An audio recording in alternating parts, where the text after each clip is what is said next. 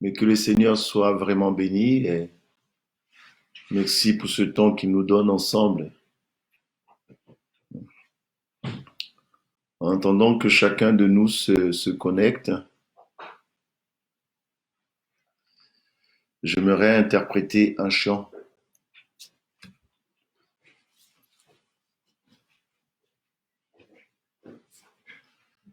Gloire soit rendue à notre Dieu. Oh, que ton nom soit béni, Seigneur. Gloire te soit rendue, Seigneur. Gloire soit rendue à notre Dieu. Salut à tous.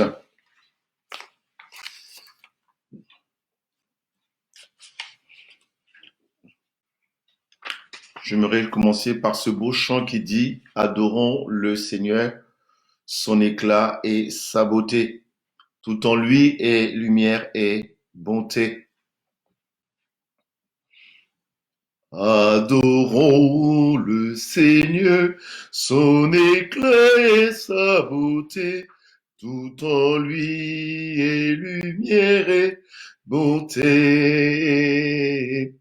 Adorons le Seigneur, son éclat et sa beauté. Tout en lui est lumière et bonté. Dans la joie au milieu de ton peuple, ma bouche proclame ta louange. Tu es Dieu et je t'appartiens. Adorons le Seigneur, son éclat et sa beauté, tout en lui est lumière et bonté.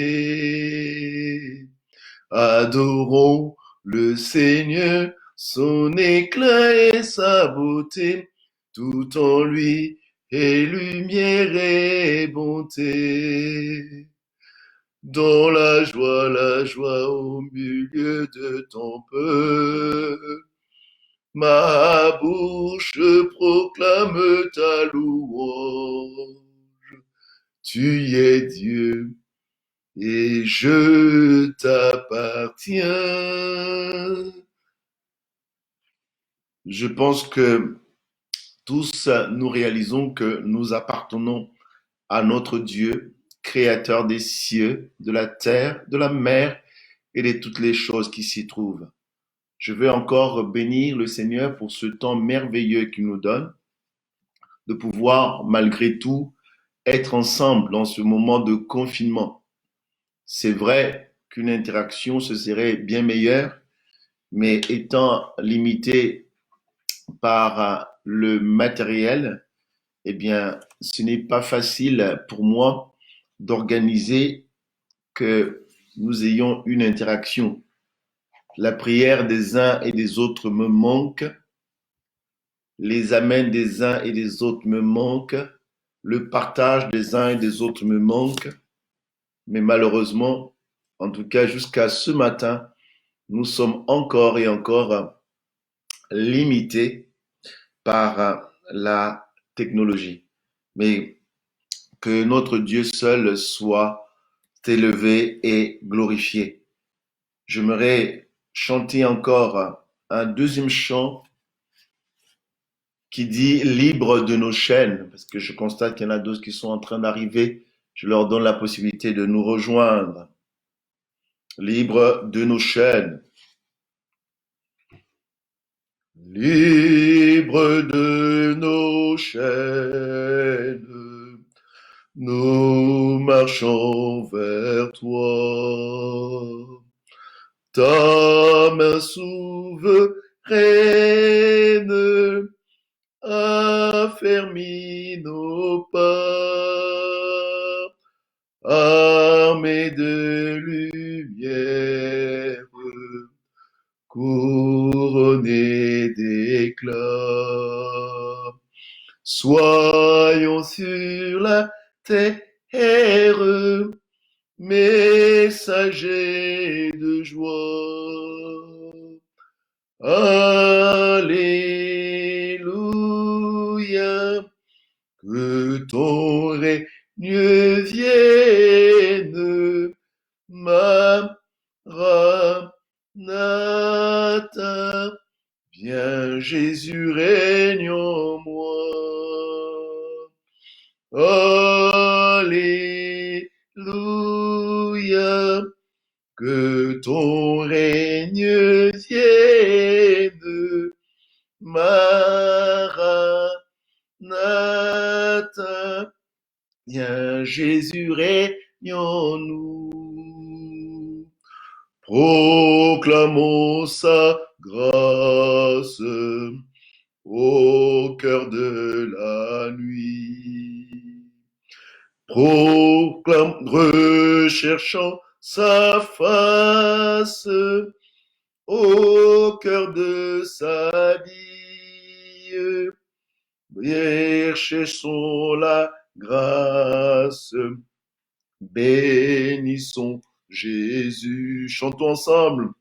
Chantons que Jésus est notre victoire. Alléluia, que ton règne vienne, Maranatha. Viens, Jésus, règne en moi. Alléluia. Alléluia, que ton règne vienne, Maranatha. Viens Jésus, règne en moi. Proclamons sa grâce au creux de la nuit. Recherchons sa face au cœur de sa vie. Célébrons sa gloire, bannissons la peur. Chantons sa victoire, Jésus est vainqueur. Alléluia, que ton règne vienne, Maranatha. Viens Jésus régnant. Alléluia Seigneur. Alléluia, que ton règne vienne, Maranatha. Viens Jésus règne en nous. Viens Jésus règne en nous. Père céleste, dans le nom puissant de Jésus, voici le temps que tu nous donnes ce jour pour que nous puissions nous tourner vers toi. Notre joie, notre attente, notre prière, c'est que tu nous reconnaisses comme tes enfants. Bien sûr, nous voulons avant toute chose invoquer le sang de Jésus-Christ, ce sang qui a coulé à la croix de Golgotha, ce sang qui nous lave, ce sang qui nous purifie, ce sang qui nous justifie, ce sang qui nous permet d'entrer dans ta sainte présence. Oh, merci pour le pardon de nos péchés. Et nous voulons à cet instant te reconnaître comme notre Dieu et notre Seigneur. Nous voulons te reconnaître comme Père céleste, créateur de toutes choses. Nous voulons t'honorer, nous voulons t'adorer, nous voulons te donner la première place.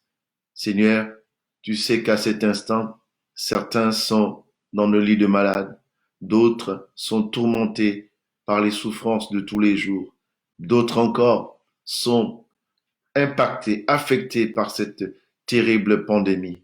Notre Dieu, notre Roi, encore à cet instant, nous voulons tourner nos regards vers toi, d'où nous viendra le secours, et le secours ne nous vient que de Dieu. Garde-nous en toi, garde-nous en toi, garde-nous en toi. fais grandir en chacun de nous la foi et que quelles que soient les situations, nous soyons encore ces hommes, ces femmes qui tournent leur regard vers le Tout-Puissant, dans l'attente, dans la foi, dans l'espérance que notre Dieu ne dort point, ne sommeille point et qu'il demeure la réponse à toutes nos prières. Nous voulons te présenter ce message. Nous voulons te présenter cette méditation. Nous voulons te présenter cette prédication. Seigneur, que ce soit toi et toi seul, par ton Esprit Saint, qui puisse conduire toutes choses. Que ta volonté et seule ta volonté s'accomplisse, maintenant et à jamais. Au nom de Jésus, Père, je te dis encore, Amen. Que l'Éternel soit béni. Je vais vous inviter que nous lisions dans le livre de la Genèse au chapitre 3 et nous lirons du premier verset jusqu'au verset 13. Genèse, le chapitre 3 et nous lirons du premier verset jusqu'au verset 13. Genèse, chapitre 3.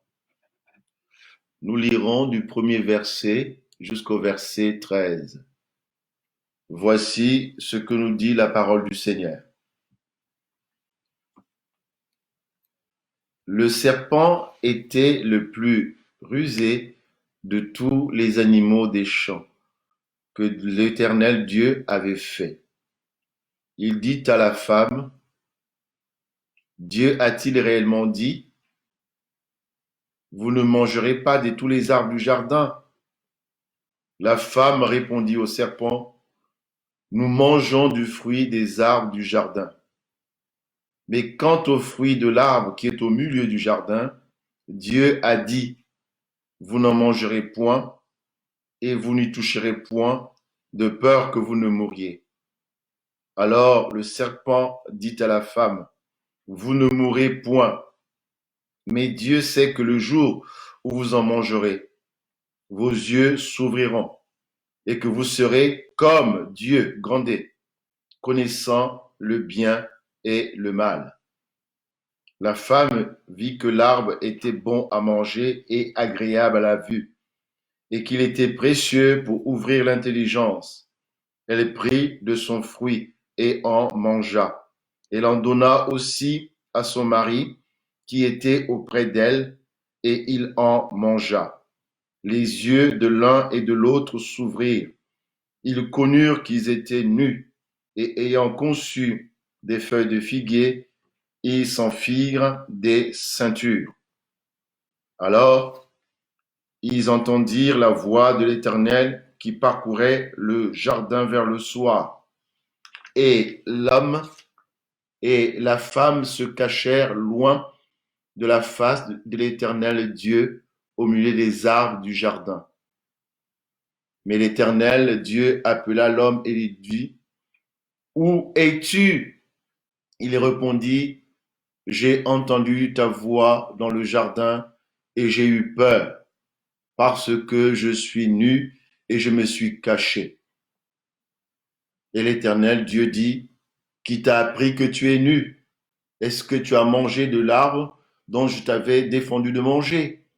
L'homme répondit, la femme que tu as mise auprès de moi m'a donné de l'arbre et j'en ai mangé. Et l'Éternel Dieu dit à la femme, pourquoi as-tu fait cela? La femme répondit, le serpent m'a séduite et j'en ai mangé. Amen.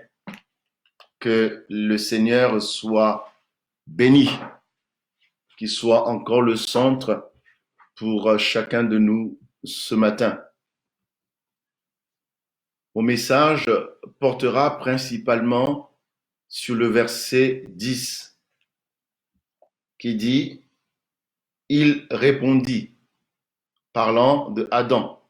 Pour ne pas dire Adam répondit « J'ai entendu ta voix, parlant l'Éternel notre Dieu. J'ai entendu ta voix dans le jardin et j'ai eu peur parce que je suis nu et je me suis caché. » Frères, sœurs, que Dieu m'en garde, nous savons que nous n'avons pas le droit ni de rajouter, ni de retirer, ne fût-ce qu'un point dans sa parole. J'aimerais juste pour le besoin de la prédication, modifier un tout petit peu le verset 10 pour le ramener à notre situation d'aujourd'hui. Et j'ai envie de dire la chose suivante. Toujours le verset 10. L'homme répondit, pour ne pas dire Adam répondit à l'Éternel notre Dieu, j'ai entendu ta voix dans le jardin et j'ai eu peur parce que je suis nu, parce que je ne suis plus présentable, parce que je suis sale, parce que je suis contaminé du Covid-19 et je me suis caché et je me suis confiné et je me suis enfermé. Peuple de Dieu, une question simple que nous pouvons tous répondre encore à cet instant. Pourquoi Adam et Ève se sont confinés?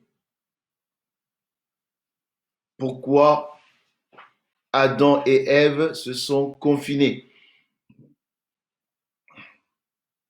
Pourquoi Adam et Ève se sont confinés?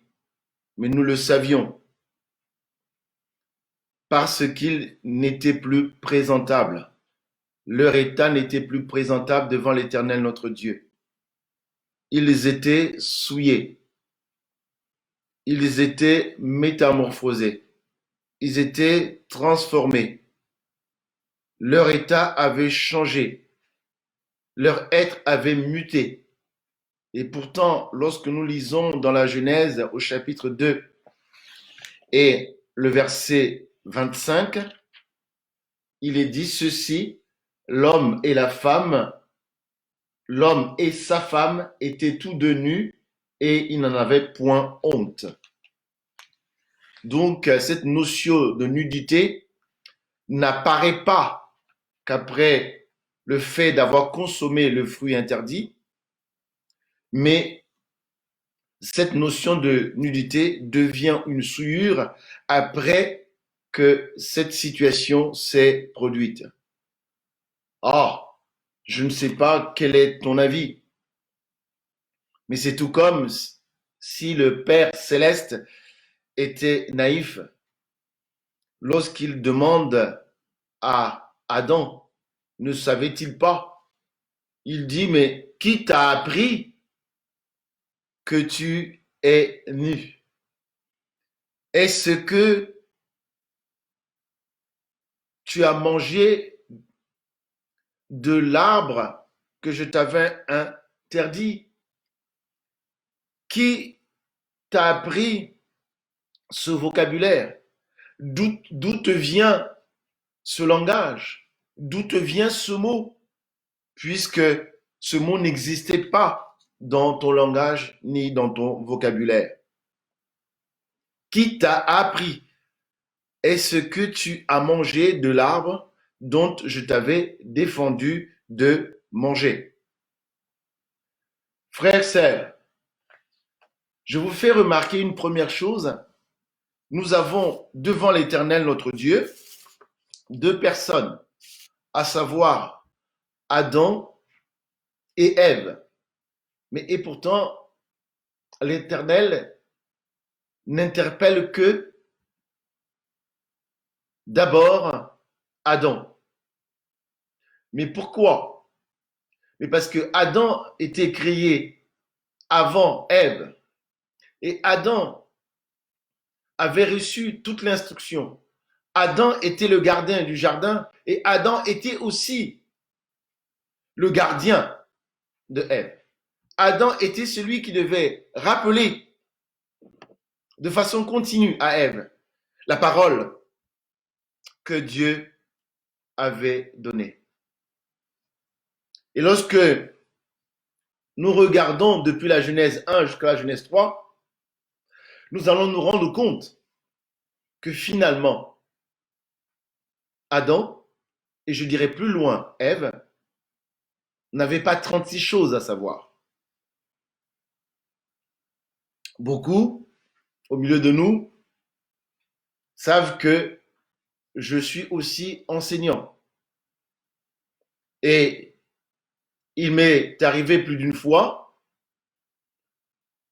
de passer les oraux du bac en mathématiques. Les consignes que nous recevons de nos inspecteurs sont claires. Je me répète, les consignes que nous, les profs, pour faire passer les oraux aux candidats admissibles de baccalauréat sont claires. On nous demande de leur interroger sur les notions de base, les notions classiques. Une fois que les notions de base et classiques sont réglées, on peut se permettre d'aller beaucoup plus loin. Autrement dit, en ce qui te concerne, en ce qui me concerne, Dieu n'aura pas besoin des 66 livres de la Sainte Parole. Ça, c'est moi qui le dis. Il fera un tout petit peu comme nous, profs. Quels sont les versets que tu connais? Ah, je connais le verset Jésus a transformé l'eau en vin. Super. L'Éternel sera capable de faire son interrogatoire que sur les facettes du verset Jésus a transformé l'eau en vin. Ah, je ne connais que le verset Jésus a purifié les lépreux. L'Éternel, notre Dieu, est largement capable de passer son interrogatoire, ton oral, que sur ce verset unique que tu connais. Frères et sœurs, revenons à la parole. Lorsque nous lisons, comme je disais tout à l'heure, de la Genèse, depuis le chapitre 1 jusqu'au chapitre 3 que nous venons d'aborder, vous vous rendrez compte que l'Éternel n'avait donné que 4 instructions à Adam. Je me répète, l'Éternel n'avait donné que 4 instructions à Adam. La première, domine sur la terre. La deuxième, remplit la terre. La troisième, tu te nourriras des herbes et des arbres.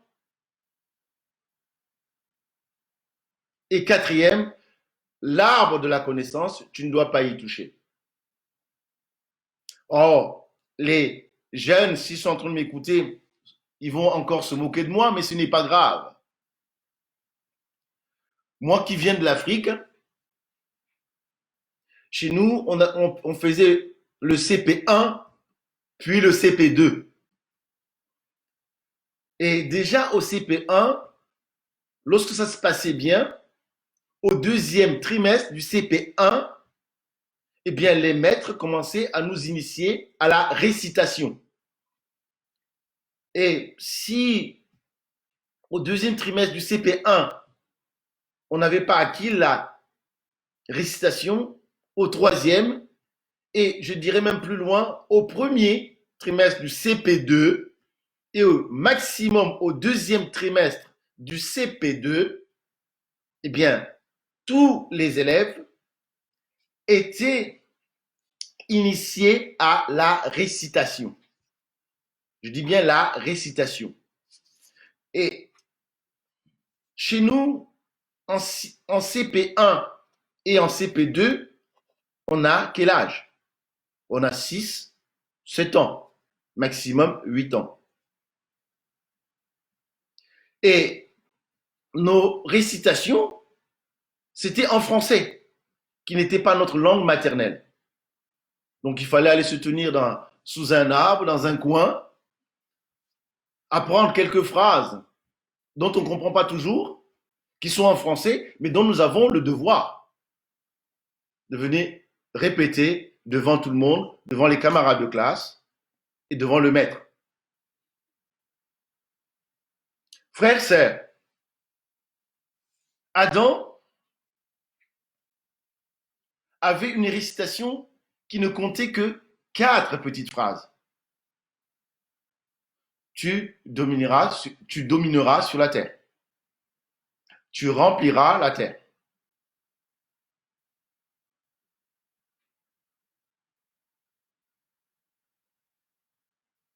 Tu te nourriras de l'herbe et de l'arbre fruitier. Et tu ne toucheras point l'arbre qui est au centre.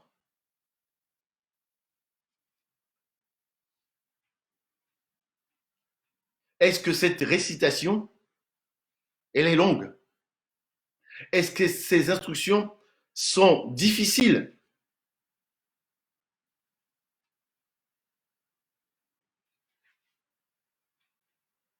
Nous avons des responsables de l'école du dimanche. Si nous avions cette possibilité aujourd'hui, je les aurais demandé d'aller dans leur classe, de les veiller à la foi et faire apprendre aux enfants ces 4 phrases. Je pense qu'en 2-3 minutes, tous y seraient capables de le réciter. Frères, sœurs, est-ce que c'est difficile? Je dirais non. Non. Et pourtant. Et pourtant, avant de poursuivre, j'ai envie de revenir sur le Covid-19. Une des règles qu'on nous donne, c'est se laver continuellement les mains. Frères, sœurs, n'est-ce pas? C'est simplement une notion d'hygiène.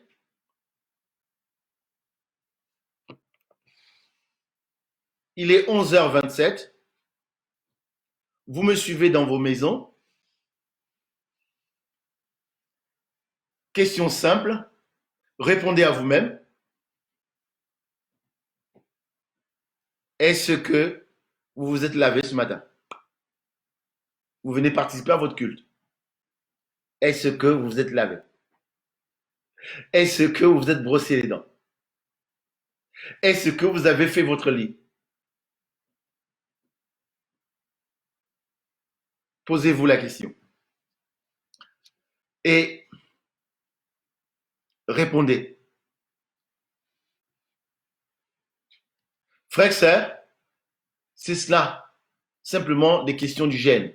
Je vais revenir à la parole.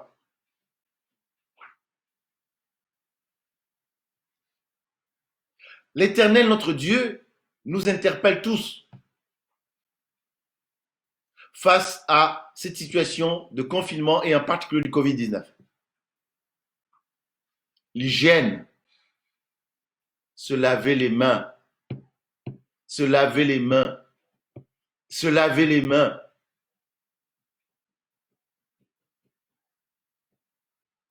Se laver les mains. Nous péchons tous les jours. Arrête. Arrête de pécher. Surtout, confesse. Sois honnête devant Dieu. Lave-toi les mains continuellement. N'attends pas le cumul. Fais une faute, répare tout de suite si tu peux. Demande pardon si tu peux. Lavez les mains. Lavez les mains. Lavez les mains. Confesse ton péché. Et arrête. Arrête.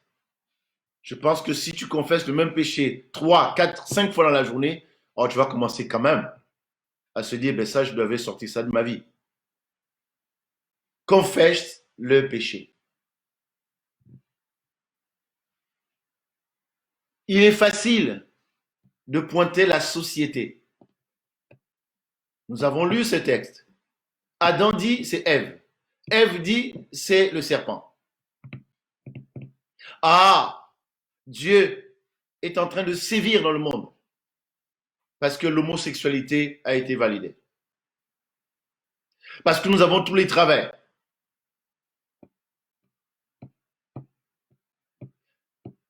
Frère, sœur, mais lorsque tu parles de cela, tu parles avant tout des hommes et des femmes qui ne connaissent pas forcément Dieu.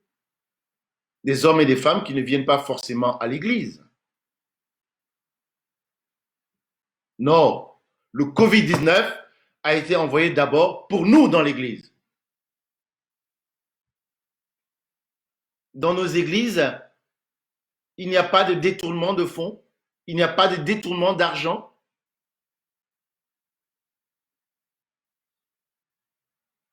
Dans nos églises,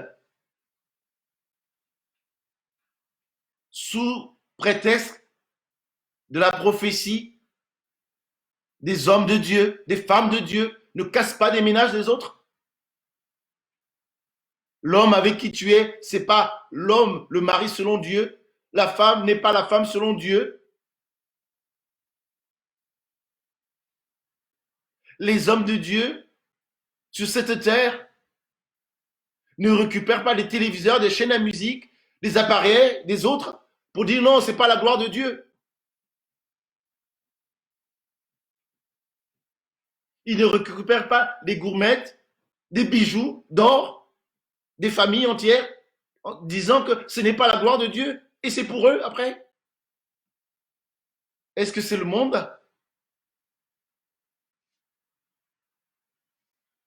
N'est-ce pas dans l'Église que ces choses, nous les voyons?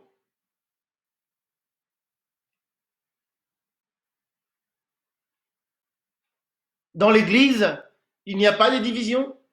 Dans l'Église, il n'y a pas de querelle.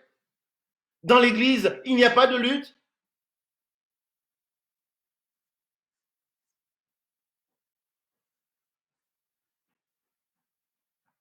Tout le monde a la vision. Tout le monde a l'esprit. Tout le monde sait mieux faire. N'est-ce pas dans l'Église?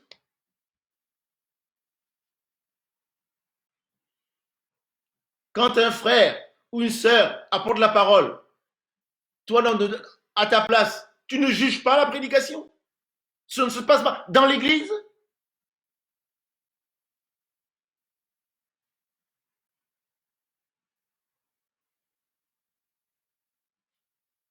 Frères et sœurs, avant de pointer le monde,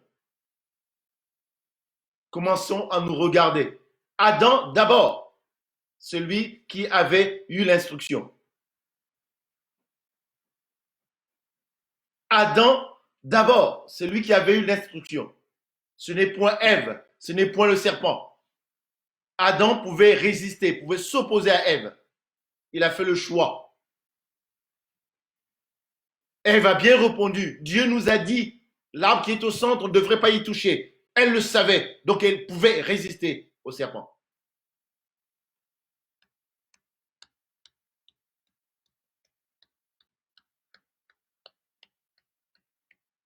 Frères, sœurs, frères, sœurs, il est temps que nous revenons à la vie. Il est temps que nous revenons à la vie.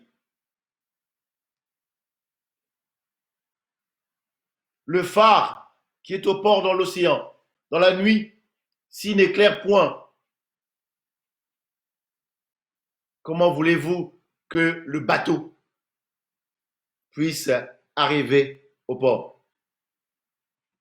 Si celui qui a la responsabilité de sonner la trompette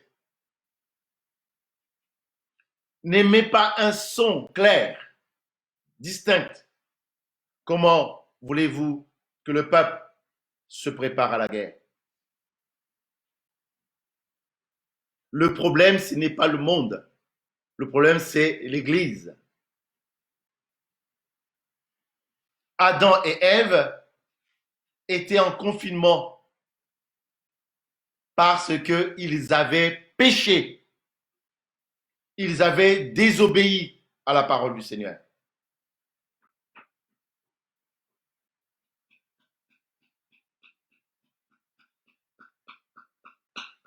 L'Église s'est éloignée du Père céleste. L'Église s'est éloignée de la parole. Et l'Église ne parvient même pas à copier. L'Église ne parvient même pas à observer. Je parlerai déjà pour nous qui sommes en France. Qui est ce qui est en première ligne devant le Covid-19? N'est-ce pas les soignants? Ce n'est point le directeur général de la santé qui fait des points de presse tous les jours, qui est au contact des malades qui portent le virus. Ce n'est pas le ministre de la Santé. Ce sont des soignants. Je ne sais pas si vous suivez, mais je pense que oui. Il y a 2-3 jours, encore à la télévision, un chirurgien plasticien qui rendait ce témoignage. Chirurgien. Il a été donné un coup de main aux soignants qui sont en face du Covid-19. Lui, chirurgien, gros diplômé, grande position. Il faisait le boulot de secrétaire. Téléphoner les familles pour donner les nouvelles sur les malades. Lui, chirurgien. Peuple de Dieu, reviens à la vie. Le Covid-19 est là quelque part pour que nous revenions à la vie. Pour s'occuper d'un malade Covid-19, ils ont besoin d'au moins 5 soignants. Le médecin, le réanimateur, l'infirmier, l'aide-soignant. Des médecins, pendant ce combat, se sont retrouvés brancardiers. Médecin, reviens à la vie. Reviens à la vie. Reviens à la vie. Si moi qui suis pasteur, si tu me considères comme étant le médecin, et alors? Mais devant le Covid-19, on a besoin de tous les bras. Ce n'est pas le médecin qui règle le problème. Ce n'est pas que l'infirmier qui règle le problème. On a besoin de tous les bras. Dans l'Église, on trouve des luttes, des divisions, des critiques. Et c'est ce qui fait. C'est ce qui fait que le Covid-19 spirituel nous est arrivé. Adam et Ève sont confinés. Ce n'est pas Dieu qui les a mis. C'est leur péché. C'est leur faute qui les a amenés au confinement. Frères, sœurs, réfléchis à toi et réfléchis à la vie qui est devant nous.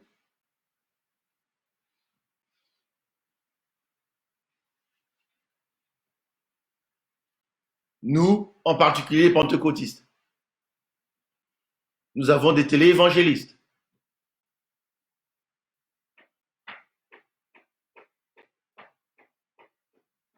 Je me répète, Nous, les pentecôtistes, nous avons des téléévangélistes.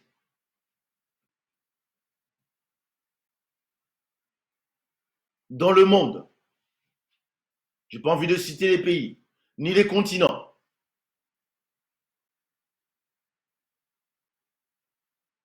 Ils prêchent. Qu'est-ce qu'ils nous demandent? Va toucher l'écran du téléviseur. Tu seras guéri. Gloire à Dieu. Alléluia. Le Covid-19 est une maladie contagieuse, même très contagieuse.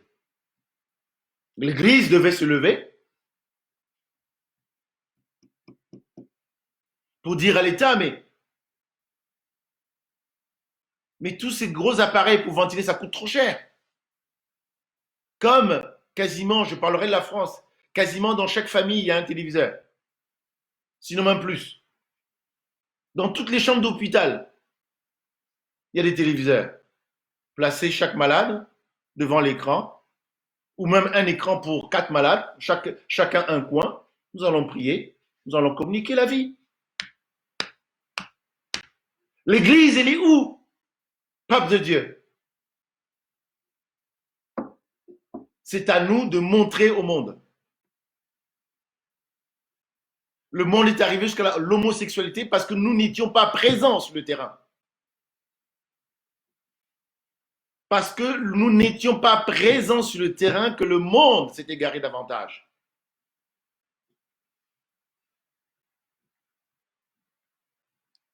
Donc la réalité du problème, ce n'est pas avant tout auprès d'eux, c'est nous. Nous disons dans nos milieux que nous prions au téléphone pour des personnes malades et les personnes sont guéries. Gloire à Dieu.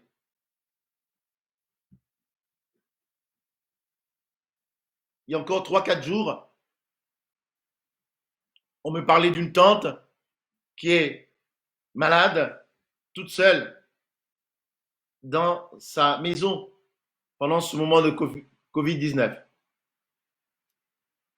Ni la personne qui me l'a rapporté, ni moi, personne de nous n'a pris le téléphone pour dire, Tantine, je prends le téléphone, tu es à l'autre bout du fil, je te guéris au nom de Jésus. On l'a fait. Peuple de Dieu. Peuple de Dieu. Le Covid-19 doit être un problème spirituel à régler. Rappelle-toi, Élie, devant ses 850 prophètes, Baal et Astarté confondus, il a tenu tête parce que Dieu était avec lui.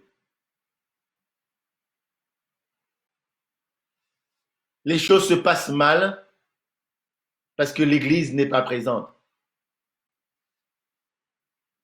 Alors tu veux me... Au fait, dites-moi au fait. Les pressings sont ouverts.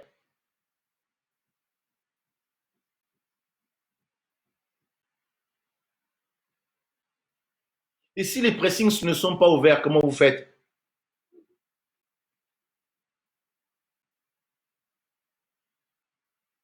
Donc les beaux vêtements que nous mettons en premier lieu, vous les nettoyez comment?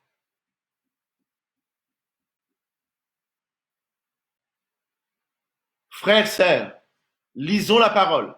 Lorsque Adam et Ève ont consommé du fruit interdit, de l'arbre interdit, leur état a changé.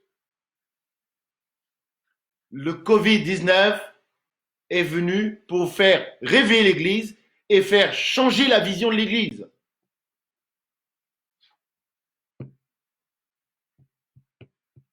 Ce n'est pas le nombre de vêtements dont on a besoin. Vous faites comment aujourd'hui? Dites-moi, vous faites comment aujourd'hui? Vous en êtes mort parce que vous n'avez pas changé de vêtements? Vous en êtes mort parce que vous n'avez pas ramené vos vêtements au pressing? Vous en êtes mort parce que vous n'êtes pas mis en 3 pièces ce dimanche pour aller à l'église? Vous en êtes mort? Les priorités ne sont pas là-bas. Et ça, c'est le problème de l'église. Nous devons nous revenir au centre. Le centre, c'est la parole. Que le monde dans lequel nous vivons, nous puissions les toucher, les transformer. Moi, j'ai honte pour l'église. Quand je vois ce que font les mondes des soignants, ils peuvent quitter Marseille pour venir donner coup de main à ceux qui sont à Paris.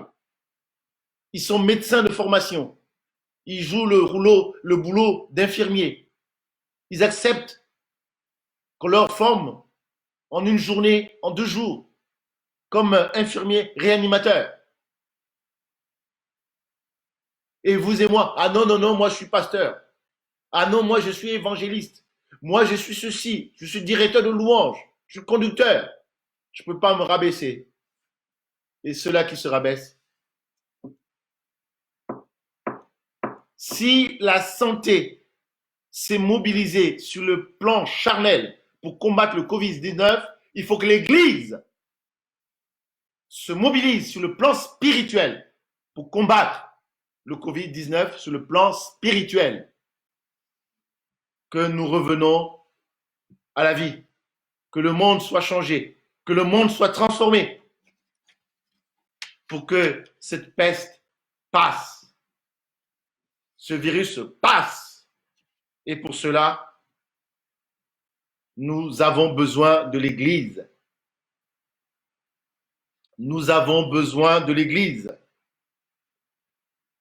L'Église qui revient, qui reconnaît que nous avons péché. Il faut que ce matin, tu te ressaisisses en disant, Père, j'ai péché. C'est pour ces raisons, non pas toi, mais moi, comme Adam, comme Ève. Je me suis mis dans le confinement. Et dans ce confinement, je me ressaisis. Je reviens à la vie. Je reviens à toi. Les choses ne se passeront plus comme elles étaient avant le confinement. Les choses ne se passeraient plus comme ça se passait avant le confinement. Si tu ressors du confinement en ayant toujours priorité sur le matériel, sur ta façon de voir les choses, sur tes apparences, tu n'as rien compris. Nous devons nous convertir. Dieu d'abord.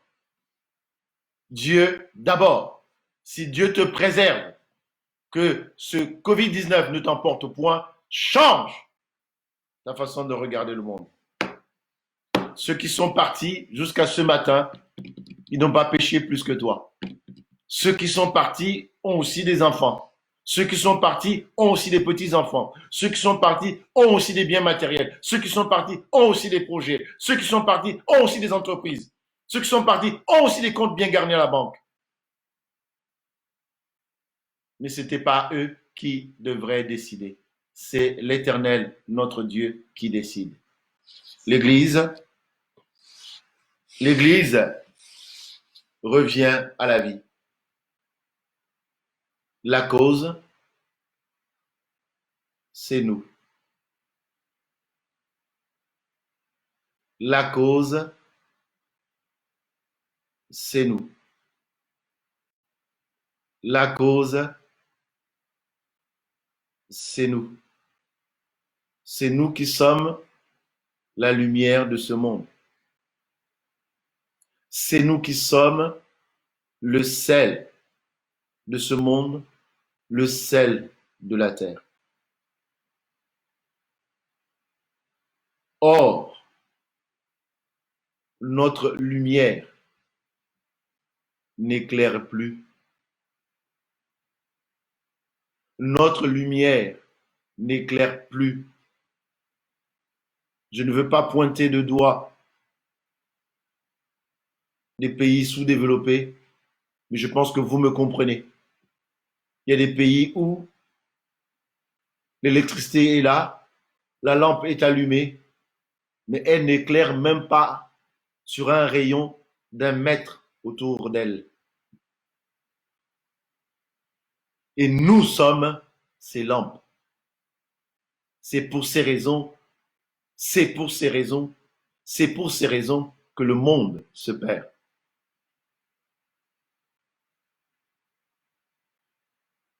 Nous sommes le sel qui n'a plus de saveur. C'est pour ces raisons qu'on nous met dans ce monde, pas d'impact. Ces hommes et ces femmes se perdent parce qu'ils n'ont pas écouté la bonne nouvelle. Parce que tu n'as pas annoncé la bonne nouvelle. Lève-toi, va. Mais avant d'y aller, réconcilie-toi avec Dieu le Père et accepte que c'est toi le problème. Ce n'est pas l'homosexualité. Ce n'est pas la pédophilie. Ce n'est pas la colonisation. Ce n'est pas l'exploitation de l'homme par l'homme. Ce n'est pas les grandes firmes. C'est le chrétien qui n'a pas fait son job. C'est le chrétien qui n'a pas fait son job. Ton job à toi, mon job, c'est d'annoncer et le Saint-Esprit convaincra leur cœur. Le Saint-Esprit convaincra leur cœur. Je termine par Naaman, qui lorsqu'il avait vu la gloire de Dieu, il a dit, permets-moi. Maintenant, je ne reconnais qu'il y a un seul Dieu, le Dieu d'Israël. Mais voici, je suis aide de camp de mon roi. Quand il rentre dans le temple de son Dieu, moi, je suis obligé de baisser avec lui. Va en paix. Frères, sœurs, il faut que ce monde dans lequel nous vivons, que ce monde réalise que le Dieu, le vrai, c'est le Dieu d'Israël. Il faut qu'il le réalise. Mais avec qui? C'est avec toi et avec moi. Tu es confiné, c'est à cause de ton péché. Que Dieu soit béni. Amen.